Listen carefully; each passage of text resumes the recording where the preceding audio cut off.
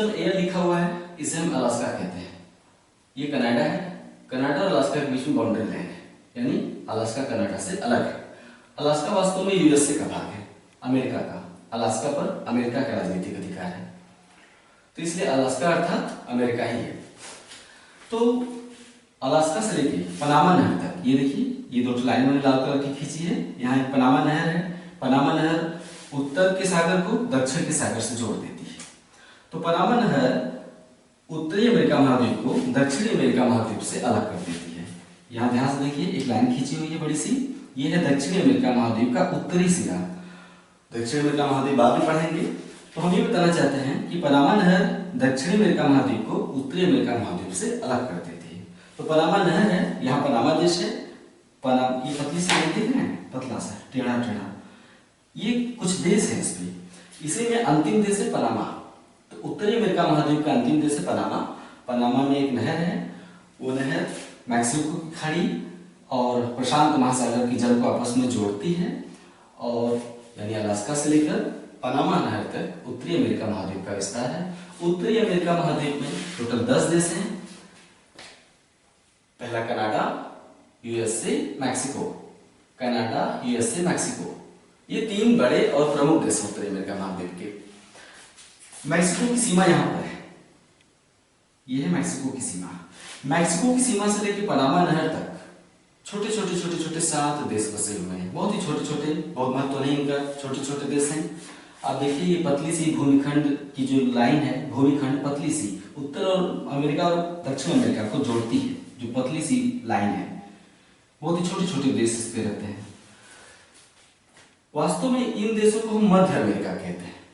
मध्य America यही है, Mexico के दक्षिण में पनामा नहर तक या पनामा जल संधि तक, इस पे जो 7 छोटे छोटे देश बसे हैं, इन 7 देशों को हम क्या कहते हैं? मध्य अमेरिका। तो आपका होमवर्क ये है कि मैक्सिको के दक्षिण में पनामा नहर तक जो 7 छोटे छोटे देश हैं, उनका नाम आप अपने नोट में लिखिएगा, और साथ ही राजधानी आप लिखेंगे कि उत्तरी अमेरिका महाद्वीप में 10 देश हैं, 3 बड़े महत्व के देश और 7 छोटे छोटे देश, उनका नाम और राजधानी आप नोट करेंगे। तो आइए कनाडा और यूएसए पर चर्चा करते हैं। यहां पर लिखा है 49 डिग्री उत्तरी अक्षांश रेखा। 49 डिग्री उत्तरी अक्षांश रेखा। विषुवत रेखा दक्षिण अमेरिका महाद्वीप से होकर गुजरता है। तो विषुवत के उत्तर में कौन सा गोलार्ध है? उत्तरी गोलार्ध। उत्तरी ध्रुव पर कौन सा अक्षांश होता है? 90 डिग्री। विषुवत रेखा कौन सा अक्षांश है? 0 डिग्री। तो जब 0 से हम 90 डिग्री अक्षांश की ओर बढ़ते हैं तो रास्ते में 49 डिग्री अक्षांश आता है। 49 डिग्री उत्तरी। 49 डिग्री उत्तरी अक्षांश को कनाडा और यूएसए ने आपसी सहमति से दोनों देशों की सीमा मान लिया है। आपसी सहमति से, देखिए बिल्कुल सीधी सीमा है। क्या भारत पाकिस्तान की ऐसी हो सकती है? नहीं। ऐसी सीधी सीमा तभी हो सकती है जब 2 देशों में बहुत शांति हो। यहाँ पर भारत पाकिस्तान की तरफ गोलीबारी नहीं होती, तोपें नहीं चलती, आतंकवादी नहीं भेजे जाते, आत्मघाती दस्ता नहीं भेजा जाता है। दोनों एक प्रजाति के देश हैं, दोनों में एक प्रजाति के मानव रहते हैं, दोनों का धार्मिक रुझान, दोनों एक धार्मिक समुदाय है, कनाडा और अमेरिका के लोग। इसलिए इन्होंने मिलकर आपसी सहमति से, ताकि विकास कर सके, साथ साथ मिलकर एक 49 डिग्री उत्तरी अक्षांश रेखा को आपसी सीमा मान ली है। दुनिया की सबसे बड़ी शांतिपूर्ण सीमा इसे माना जाता है। दुनिया की सबसे लंबी शांतिपूर्ण रेखा भी कहा जाता है 49 डिग्री उत्तरी अक्षांश को। 49 डिग्री उत्तरी अक्षांश को 49 डिग्री समानांतर रेखा भी कहा जाता है। 49 डिग्री समानांतर रेखा भी कहा जाता है। तो 49 डिग्री उत्तरी समानांतर उत्तरी अक्षांश रेखा कनाडा और यूएसए की सीमा बनाती है। इसकी पूर्व में 5 झीलें हैं, गोल गोल दिखाई दे रहा है। इन 5 झीलों को ग्रेट लेक्स कहते हैं। 5 झीलें हैं, इनको सम्मिलित रूप से हम ग्रेट लेक्स कहते हैं। ग्रेट लेक्स मतलब महान झीलें। महान झीलों की पूर्व में सेंट लॉरेंस नदी है। सेंट लॉरेंस नदी सेंट लॉरेंस की खाड़ी में गिर जाती है। ये पूरा अटलांटिक महासागर है। उत्तरी अमेरिका महाद्वीप के पूर्व में अटलांटिक महासागर, और अटलांटिक महासागर के पूर्व में यूरोप, अटलांटिक महासागर, उत्तरी अमेरिका। तो सेंट लॉरेंस नदी सेंट लॉरेंस की खाड़ी में गिर जाती है। खाड़ी क्या होता है? 3 ओर से भूमि से घिरा हुआ जो सागर है उसे हम क्या कहते हैं? खाड़ी। ये देखिए 3 ओर से जल से घिरा है, 3 ओर से भूमि से घिरा हुआ है, इसे हम क्या कहते हैं? खाड़ी। तो सेंट लॉरेंस की खाड़ी में सेंट लॉरेंस नदी गिर जाती है। तो कनाडा और यूएसए की सीमा 3 चीजों द्वारा मिलकर निर्मित होती है। 49 डिग्री उत्तरी समानांतर रेखा, ग्रेट लेक्स और सेंट लॉरेंस नदी मिलकर कनाडा और यूएसए की सीमा निर्धारित करते हैं। ग्रेट लेक्स में 5 झीलें हैं। पश्चिम से पूर्व की ओर हम लिखेंगे। पहला सुपीरियर,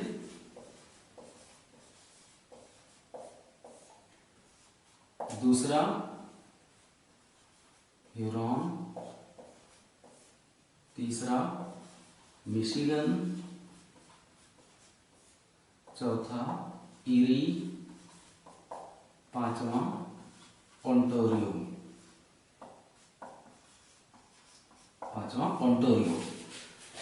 आप ये नामों को देखिएगा। मैं पश्चिम से पूर्व की ओर जाता हूं। सबसे पश्चिम में ठीक 49 डिग्री उत्तरी अक्षांश रेखा के पूर्व में जो देश है उसे हम कहते हैं सुपीरियर झील। सुपीरियर झील एक नहर से जुड़ा है ह्यूरॉन झील से। Huron, superior, Huron, Michigan, eerie, Ontario. Superior, Huron, दक्षिण में नीचे है मिशिगन, ईरी, ओंटारियो। मैं फिर से दोहरा रहा हूं, superior, Huron, Michigan, eerie, Ontario. ये 5 झीलों को सम्मिलित रूप से क्या कहते हैं? ग्रेट लेक्स कहते हैं। इसमें से सुपीरियर झील दुनिया की ताजे पानी की सबसे बड़ी झील है। दुनिया की सबसे बड़ी झील कैस्पियन सागर, लेकिन कैस्पियन सागर नमकीन झील है। दुनिया की सबसे बड़ी ताजे पानी की झील सुपीरियर झील। सुपीरियर झील ग्रेट लेक्स में सबसे बड़ी है। सुपीरियर झील के पूर्व में जो झील है उसे कहते हैं ह्यूरॉन। सुपीरियर ह्यूरॉन से एक नहर द्वारा जुड़ी है। ह्यूरॉन ईरी से एक नहर द्वारा जुड़ी हुई है। ईरी ओंटारियो से एक नहर द्वारा जुड़ी है। लाल लाल लाइनें देख रहे हैं, ये नहर है जो कि सभी को आपस में जोड़ते हैं। तो ग्रेट लेक्स में 4 झीलें ही सीमा पर हैं, सुपीरियर, ह्यूरॉन, ईरी, ओंटारियो।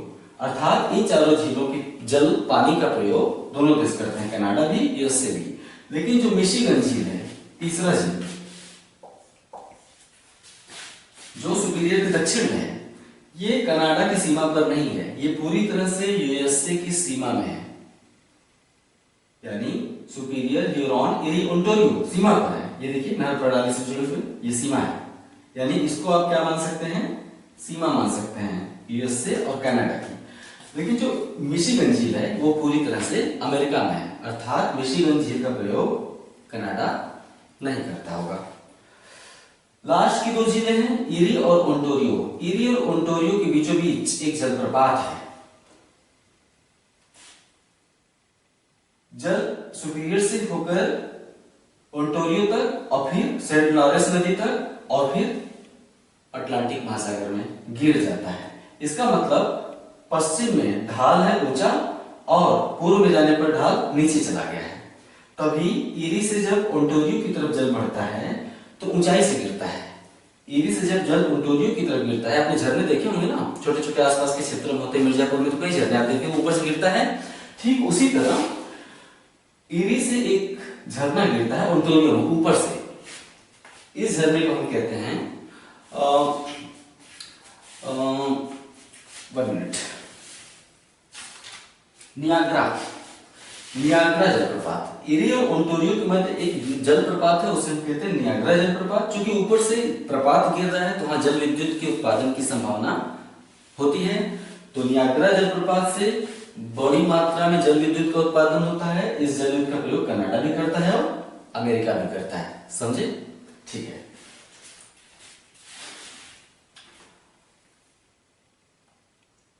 झीलों के बगल में काले काले डॉट मैंने बना रखे हैं। वास्तव में ये जो झीलें हैं ये छोटी मोटी कोई झीलें नहीं है। दोनों देशों की सीमा पर ये बहुत बड़ी झीलें हैं। इन झीलों के चलते आसपास का क्षेत्र घास का मैदान बन गया है। ये पूरा क्षेत्र ही झील के आसपास का शीतोष्ण घास का मैदान कहलाता है। जो झील प्रदेश है इसके आसपास का जो क्षेत्र है कनाडा में भी और यूएसए में भी शीतोष्ण घास का मैदान कहलाता है। शीतोष्ण घासें बहुत लंबी लंबी होती है। क्यों? क्योंकि मौसम न बहुत ठंडा है और न मौसम बहुत गर्म। ठीक वैसे ही जैसे आप हिमाचल प्रदेश में जाते हैं घूमने तो देखते हैं वहां पर रंग बिरंगे फूल, लंबे लंबे हरे हरे घास। यानी गर्मी और बहुत ठंडी के बीच का जो मौसम होता है उष्ण और शीत के बीच का मौसम शीतोष्ण कहलाता है। न ध्रुव पर और न ही विषुवत रेखा पर, न ध्रुव पर न विषुवत रेखा पर बीच का क्षेत्र है तो क्या कहलाता है? शीतोष्ण। शीतोष्ण क्षेत्रों में घासें बहुत हरी हरी लंबी लंबी होते हैं। तो ऐसे घास के मैदान को हम अमेरिका में उत्तरी अमेरिका महाद्वीप में क्या कहते हैं? प्रेयरी घास का मैदान। प्रेयरी, जो प्रेयरी बेल्ट है वहां पर गेहूं और मक्के की फसल बहुत ही उत्कृष्ट कोटि की होती है। अमेरिका की गेहूं के दाने यहाँ के दानों से बहुत बड़े बड़े होते हैं और मक्का भी वहां का बहुत ही बड़ा बड़ा और बहुत ही मिठास वाला मक्का होता है। वहां पर मक्का अमेरिका में इतना ज्यादा होता है कि आधा से ज्यादा तो अपने पशुओं को खिला देते हैं ताकि दूध ज्यादा हो सके, मिल्क। तो आसपास का क्षेत्र शीतोष्ण घास के मैदान में आ जाता है। शीतोष्ण घास के मैदान को प्रेयरी कहते हैं। प्रेयरी कनाडा में भी है और प्रेयरी अमेरिका में भी है। यहाँ पर घास के मैदान है तो गेहूं की खेती बहुत अच्छी होती है, मक्का की खेती बहुत अच्छी होती है। दुनिया में सबसे ज्यादा मक्का की खेती अमेरिका में होती है, उसके बाद चीन में होती है। हम खेती नहीं पढ़ा रहे हैं, हम तो केवल आपकी दिलचस्पी पैदा कर रहे हैं, खेती बाद में पढ़ाएंगे। तो दुनिया में सबसे ज्यादा मक्के की खेती इसी प्रेयरी क्षेत्र में होती है, अमेरिका में, उसके बाद चाइना में। तो अमेरिका का ज्यादातर मक्का खिला दिया जाता है मवेशियों को ताकि दूध ज्यादा हो सके। यही कारण है कि यहाँ पर डेयरी उद्योग भी बहुत विकसित है। आपने देखा होगा काउ बॉय शब्द का प्रयोग होता है। काउ बॉय एक चरवाहा होता है जो कि घोड़े पर सवारी करता है और वो हजारों पशुओं को हाँकता है अपने घोड़े से। वो जो कल्चर है यही का है। क्योंकि अमेरिका की जनसंख्या कितनी है? 30 करोड़ वर्तमान में लगभग, और भारत की जनसंख्या कितनी है? लगभग 130 करोड़। भारत की जनसंख्या लगभग, अब 2011 से 121 करोड़ तो होगा ही नहीं। 2011 में जनगणना हुई थी तो अभी 121 करोड़ ही तो होगा नहीं, 130 करोड़ मान लेते हैं। तो भारत की जनसंख्या 130 करोड़, अमेरिका की जनसंख्या महज लगभग 28 करोड़ से थोड़ा सा भी। अमेरिका में, जबकि अमेरिका का क्षेत्रफल भारत के क्षेत्रफल से 3 गुना अधिक है। अमेरिका का क्षेत्रफल भारत के क्षेत्रफल से 3 गुना अधिक है और जनसंख्या 4 गुना कम है। अमेरिका में लोग कम है, वहां श्रम की बहुत कमी है, तो वहां एक ही व्यक्ति को ढेर सारे मवेशी चराने पड़ते हैं। इसके लिए वो घोड़ा रखता है, घोड़े पर दौड़ दौड़ के मवेशी हाँकता रहता है। क्योंकि घास का मैदान है तो मवेशियों के लिए उत्कृष्ट ये चरागाह क्षेत्र है। पूरा जो ग्रेट प्लेस के आसपास का क्षेत्र है ये चरागाह क्षेत्र है। इन चरागाह क्षेत्र में बड़े बड़े फार्म बनाए गए हैं मवेशियों के लिए, जिसमें लाखों पशु पाले जाते हैं, लाखों, और बड़ी मात्रा में दूध का उत्पादन होता है। और डेयरी उद्योग जो प्रसंस्करण होता है, डेयरी उद्योग अर्थात प्रसंस्करण, घी, दही, पनीर, मट्ठा वगैरह वगैरह, इनसे बने चॉकलेट्स। यहाँ पर डेयरी उद्योग बहुत ही डेवलप्ड है। डेयरी उद्योग के अलावा ग्रेट प्लेस प्रदेश में बिजली उत्पन्न होती है, जल विद्युत, इसलिए यहाँ पर कुछ औद्योगिक नगर भी बसे हैं। वास्तव में पूरे अमेरिका का सबसे समृद्ध क्षेत्र, चाहे कृषि हो, चाहे डेयरी उद्योग हो, मतलब पशु पालन उद्योग हो, चाहे डेयरी उद्योग हो, चाहे अन्य उद्योग, वो सभी ग्रेट लेक्स क्षेत्र के आसपास कनाडा में, यूएसए में विकसित हुए हैं। तो कुछ ऐसे ही औद्योगिक क्षेत्र हैं, ये काले काले जो डॉट बनाए गए हैं। इन औद्योगिक क्षेत्रों का नाम है, सुपीरियर झील के किनारे जो औद्योगिक क्षेत्र है उसे हम क्या कहते हैं? दुलुथ। सुपीरियर झील के किनारे जो औद्योगिक क्षेत्र उसे कहते हैं दुलुथ। सब सवाल बारी बारी पूछा जा चुका है लोअर पीसीएस एग्जाम में, लोअर पीसीएस में, समीक्षा अधिकारी में, एसएससी में, बैंकिंग में, सब पूछा जाता है। तो सुपीरियर के पास जो औद्योगिक केंद्र है उसे कहते हैं दुलुथ। मिशिगन झील के पास 2 औद्योगिक केंद्र हैं, मिशिगन, एक ये और एक ये, इनका नाम है, मिशिगन के पास 2 है, एक है गैरी और दूसरा शिकागो। मिशिगन के तट पर 2 औद्योगिक क्षेत्र हैं, गैरी और शिकागो। यहाँ कौन सा उद्योग है, इस पर चर्चा उद्योग वाले चैप्टर में होगी। मिशिगन में कौन सा उद्योग है, गैरी में कौन सा उद्योग विकसित है, इसे बाद में। अभी तो हम आपका परिचय करवा रहे हैं। दुलुथ औद्योगिक क्षेत्र किस झील के किनारे है? सुपीरियर झील। गैरी औद्योगिक क्षेत्र मिशिगन झील। शिकागो औद्योगिक शहर मिशिगन झील। और एक है ये चौथा, हमने 4 यहाँ लिखा नहीं है, चौथा जो है डेट्रॉयट है। डेट्रॉयट मोटर कार उद्योग, इतना तो आप जानते हैं, ये तो सब हर कोई जानता है, बचपन से ही पढ़ते आ रहे हैं। डेट्रॉयट ऑटोमोबाइल, मोटर कार, दुनिया में सबसे ज्यादा कारें यहाँ बनती हैं डेट्रॉयट में। डेट्रॉयट किस झील की तट पर है? खुद आप देखिए, अंतिम झील है ओंटारियो। ओंटारियो पहले जो झील उसे क्या कहते हैं? इरी ओंटारियो। इरी के तट पर जो औद्योगिक केंद्र है उसे क्या कहते हैं? इरी के सामने, इरी के बगल में है Detroit. Detroit, Duluth Superior Michigan, sorry Chicago Michigan, Gary Michigan, Detroit Erie. ये 4 औद्योगिक क्षेत्र में बताए, जीरो से लगे हुए, अक्सर इनसे सवाल आ जाते हैं। तो इस तरह से जल 5 जिलों से होता हुआ, सेंट लॉरेंस नदी से होता हुआ निकल जाता है अटलांटिक महासागर।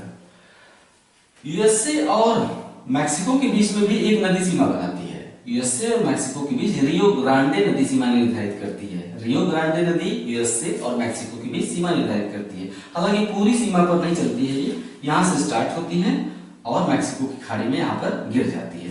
ये जो जलीय क्षेत्र है मैक्सिको के पूर्व में, इसे क्या कहते हैं? मैक्सिको की खाड़ी। ये देखिए चंद्राकार है, गोल गोल घुमा हुआ। मैक्सिको की खाड़ी अर्धचंद्राकार है, इसे मैक्सिको की खाड़ी कहते हैं। तो रियो ग्रांडे नदी यूएसए और मैक्सिको के बीच सीमा बनाती है और मैक्सिको की खाड़ी में गिर जाती है। ठीक है, यह ग्रीनलैंड है। ग्रीनलैंड कोई अलग भूखंड नहीं है, बल्कि उत्तरी अमेरिका महाद्वीप का ही समुद्र में निकला हुआ भाग है। उत्तरी अमेरिका महाद्वीप, यहाँ पर जल में डूब जाता है तो यहाँ पर सागर है, समुद्र है, फिर यहाँ पर बाहर निकल आया है जल सतह के ऊपर, तो इसे हम कहते हैं ग्रीनलैंड। हमने पहले ही बताया था ग्रीनलैंड दुनिया का सबसे बड़ा द्वीप है। ग्रीनलैंड पर राजनीतिक अधिकार डेनमार्क का है। डेनमार्क यूरोपीय देश है, डेनमार्क यूरोपीय देश है और ग्रीनलैंड पर डेनमार्क का राजनीतिक अधिकार है। तो सीमाएं हमने बता दी, कनाडा यूएसए की और यूएसए और मैक्सिको की खाड़ी की।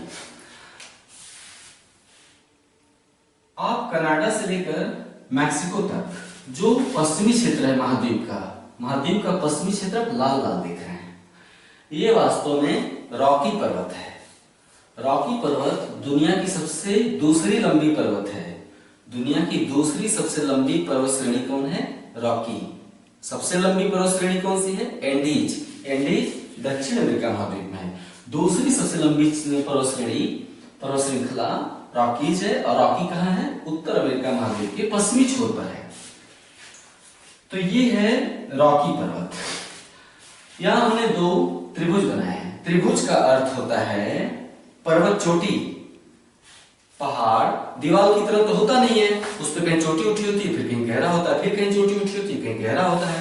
तो ये 2 चोटियां मैंने दिखाई। चोटियां तो इस पर बहुत सारी हैं, 2 हमने इसलिए दिखाई हैं कि जो रॉकी पर्वत है कनाडा से शुरू होता है, और रॉकी पर्वत की सबसे ऊंची चोटी माउंट एल्बर्ट है। रॉकी पर्वत की सबसे ऊंची चोटी माउंट एल्बर्ट है। अलास्का में जो पर्वत है उसे हम कहते हैं अलास्का रेंज, अलास्का पहाड़ी। ये अलग है। रॉकी कनाडा में ही खत्म हो जाता है। रॉकी के पश्चिम में अलास्का है। अलास्का में जो लाल रंग का पर्वत श्रेणी है उसे हम कहते हैं अलास्का रेंज। अलास्का रेंज पर एक पर्वत चोटी है, उस पर्वत चोटी का नाम है माउंट मैकिनले। Mount McKinley. हम दोनों चोटियों के बारे में बताना चाहेंगे कि रॉकी पर्वत की सबसे ऊंची चोटी माउंट एल्बर्ट है, लेकिन पूरे उत्तरी अमेरिका महाद्वीप की सबसे ऊंची चोटी माउंट मैकिनले है। माउंट मैकिनले किस पर्वत पर है? अलास्का रेंज पर है। समझ में आ गया? ओके। कनाडा उत्तरी ध्रुव के बहुत पास पड़ता है। हमने पिछली चर्चा में बताया था कि ग्रीनलैंड उत्तरी ध्रुव के पास है तो हिमाच्छादित रहता है। ध्रुवीय जलवायु का है तो हिमाच्छादित रहता है, मिट्टी यहाँ नहीं सामने आ पाती है, चारों तरफ केवल बर्फ ही बर्फ होता है। कनाडा का भी जो उत्तरी भाग है वो ज्यादातर बर्फीला ही है, सब बर्फ से ढका हुआ है वहां सब कुछ। कनाडा में तो जो रनवे होते हैं ना एरोप्लेन के, वो भी रनवे भी बर्फ के ही होते हैं। वहां के एरोप्लेन स्केटिंग करते हुए उतरते हैं धीरे धीरे, तो वहां पर बहुत दूर तक जाके रुकते हैं, क्योंकि बर्फ बहुत चिकना होता है इसलिए प्लेन जल्दी रुक नहीं पाता है। तो कनाडा में जब गर्मी आती है, भाई हर देश में गर्मी आती है फिर ठंडी आती है, हमने सूर्य का उत्तरायण दक्षिणायन वाला नियम बताया ही।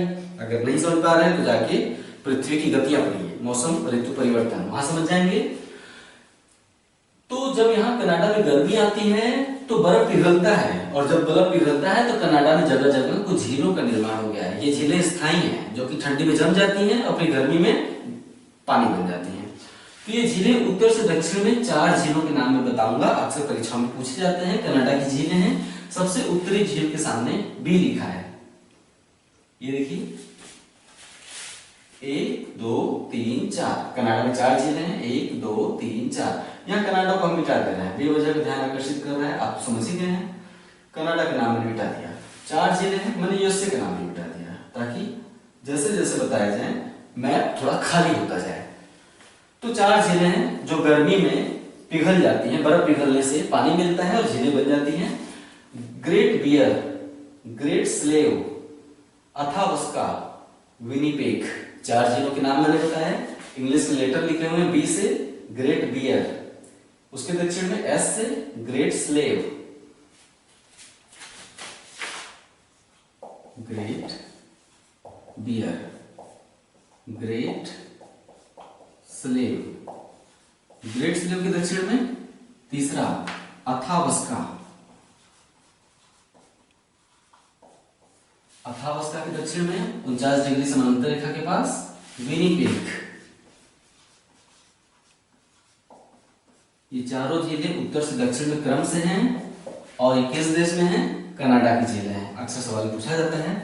ठीक है, आपसे ऐसे भी ऑप्शन दिया जाएगा कि कौन सी झील महान ग्रेट लेक्स में शामिल नहीं है।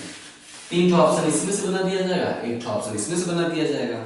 तो इनका नाम तो आपने पढ़ा है, Superior, Huron, Michigan, Erie, Ontario. ये हैं Great Bear, Great Slave, Athabasca, Winnipeg. बार बार पढ़ने से, देखने से, नोट बनाने से सब कुछ याद हो जाएगा, कुछ भी कठिन नहीं है, बस साथ में लगे रहिए। कनाडा के उत्तर में, जो उत्तरी कनाडा है, ये जल से भरा हुआ है, यानी जो आर्कटिक सागर है, उत्तर में आर्कटिक महासागर ध्रुव के पास, उसका जल कनाडा में अंदर तक घुसा हुआ है। तो इसे 3 ओर से जल घिरे हुए सागर को क्या कहते हैं? जो सागर 3 ओर से भूमि से घिरा हो उसे हम कहते हैं खाड़ी। तो इसका नाम हमने रख दिया है हडसन की खाड़ी। कौन सी? हडसन की खाड़ी। किस देश में अंदर तक घुसी हुई है? कनाडा में, यानी कनाडा के तट पर है, कनाडा के उत्तरी तट पर है हडसन की खाड़ी। ओके,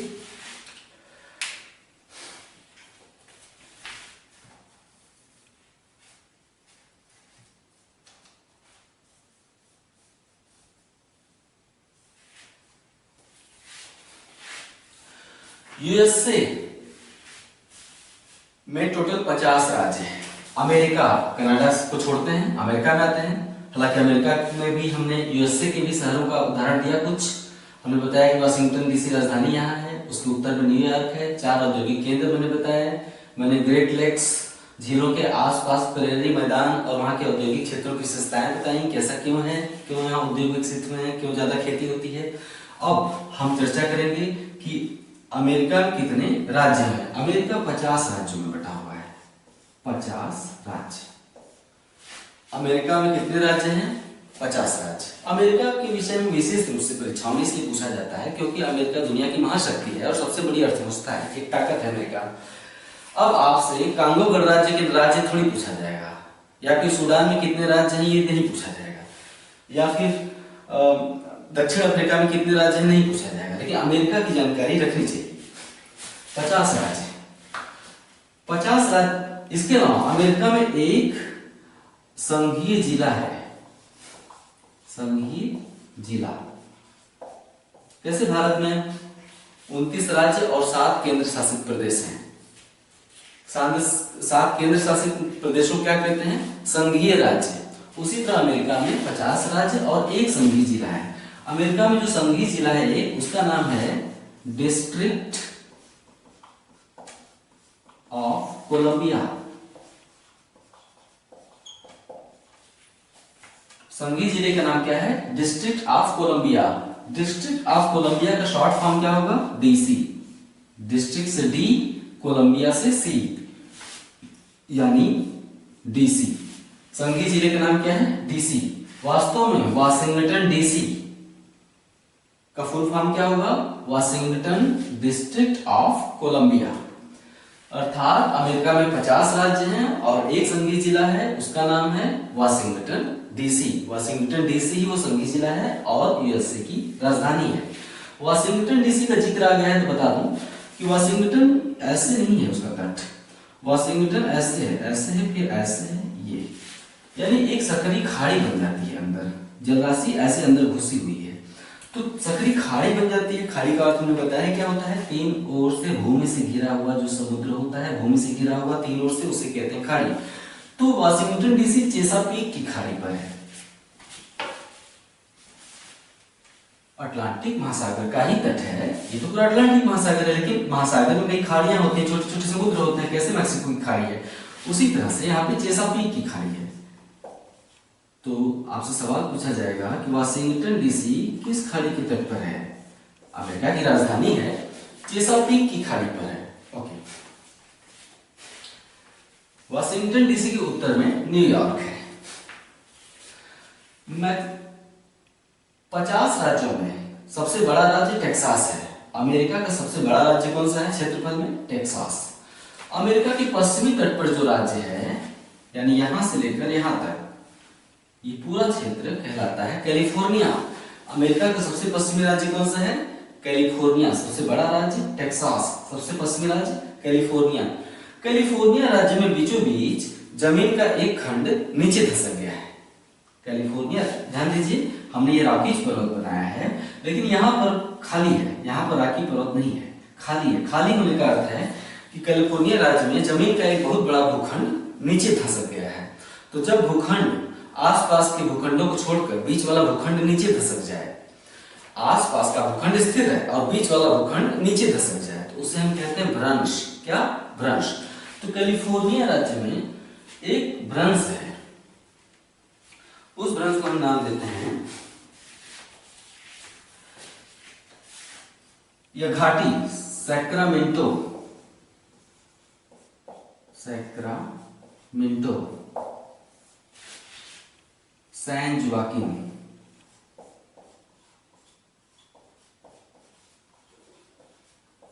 एक ही शब्द है, आगे जगह नहीं था इसलिए हमने यहां लिख दिया, सैक्रामेंटो सैन जुआकिन घाटी। यानी इसे हम 3 नाम देते हैं। कैलिफोर्निया की घाटी भ्रंश घाटी है, जमीन का भूखंड नीचे चला गया है। कैलिफोर्निया की घाटी, सैक्रामेंटो सैन जुआकिन घाटी, इसे हम सैन एंड्रियास भ्रंश भी कहते हैं। क्या? सैन एंड्रियास भ्रंश, सैन एंड्रियास भ्रंश। कैलिफोर्निया की घाटी, सैक्रामेंटो सैन जुआकिन घाटी और सैन एंड्रियास भ्रंश। 1 साल या 1.5 साल पहले एक हॉलीवुड की मूवी आई थी, मूवी का नाम ही था सैन एंड्रियास। रॉक था मूवी में रॉक था, जो बहुत बड़ा बॉडी बिल्डर है।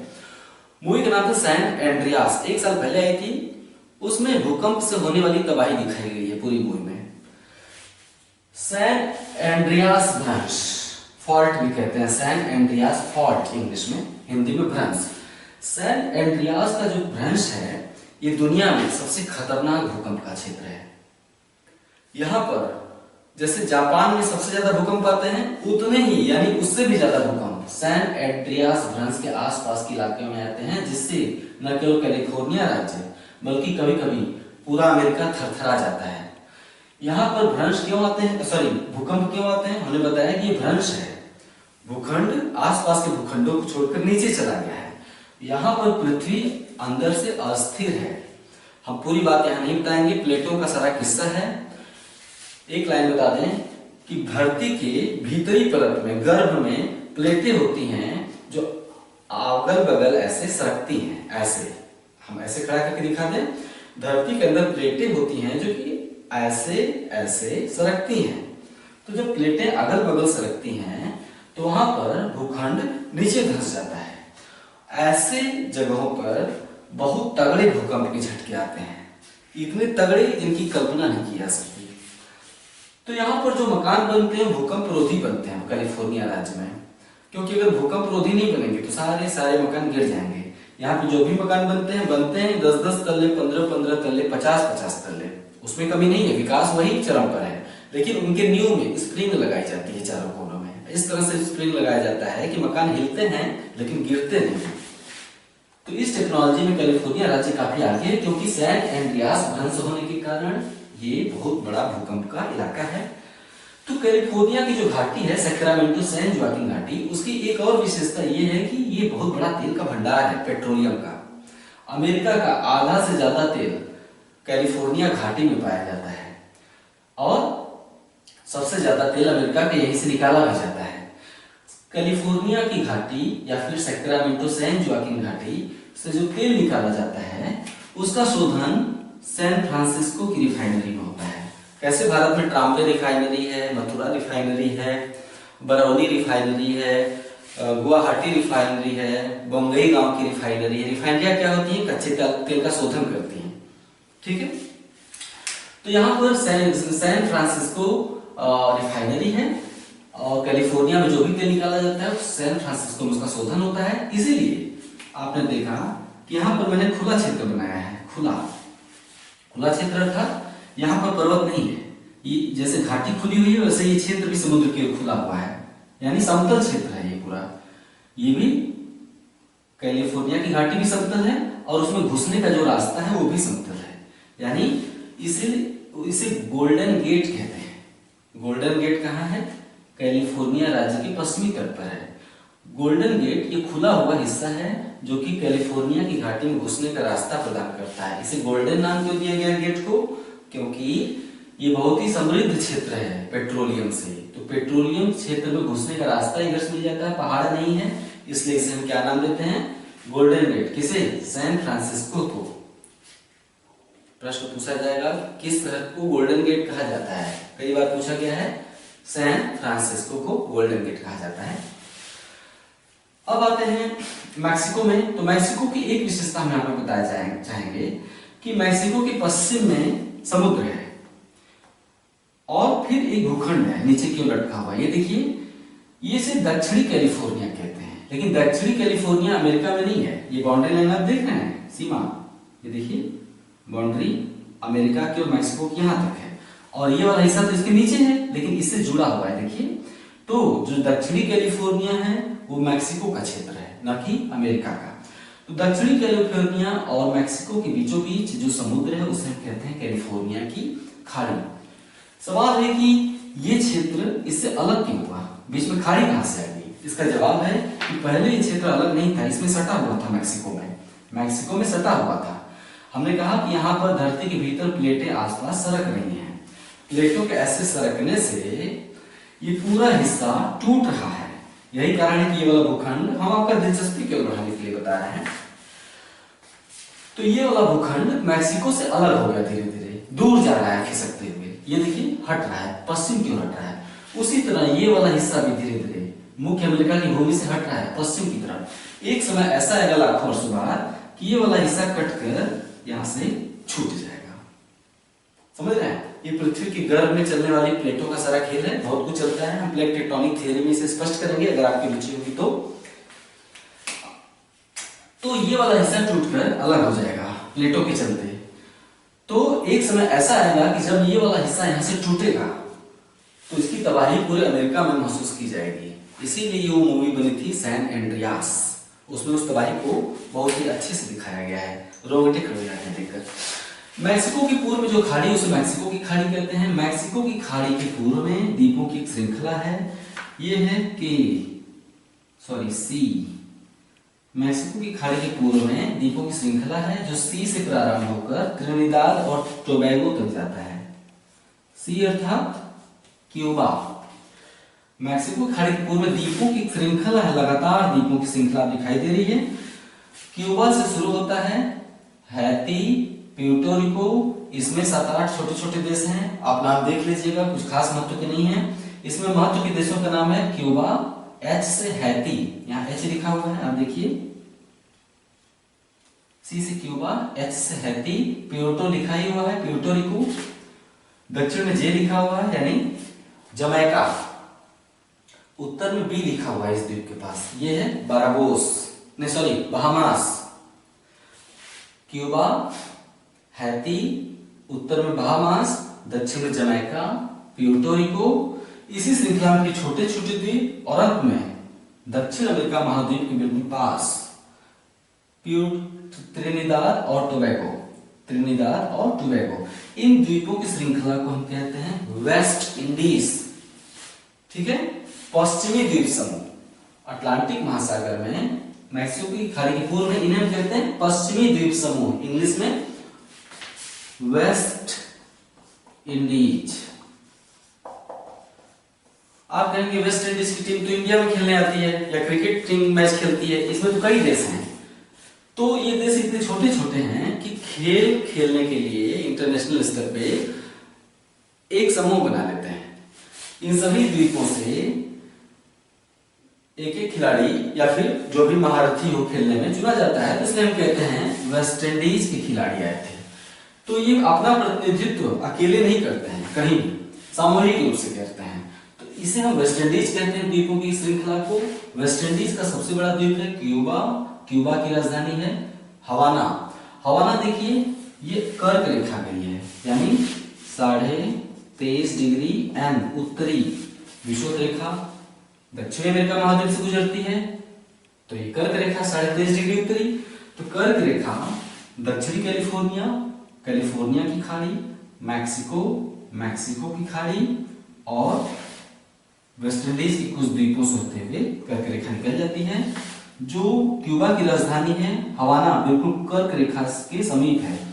उत्तरी अमेरिका महाद्वीप की कर्क रेखा के सबसे समीप स्थित राजधानी हवाना। ठीक है, तो ये हो गया। और हाँ, त्रिनिदाद और टोबैगो दक्षिण अमेरिका का एक देश है, यहाँ पर वेनेजुएला दक्षिण अमेरिका की मुख्य भूमि में।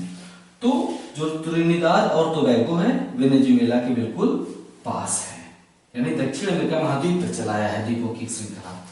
तो इन्हें हम कैरेबियन द्वीप भी कहते हैं, वेस्ट इंडीज भी कहते हैं, और इंग्लिश में और दूसरी भाषा में कैरेबियन।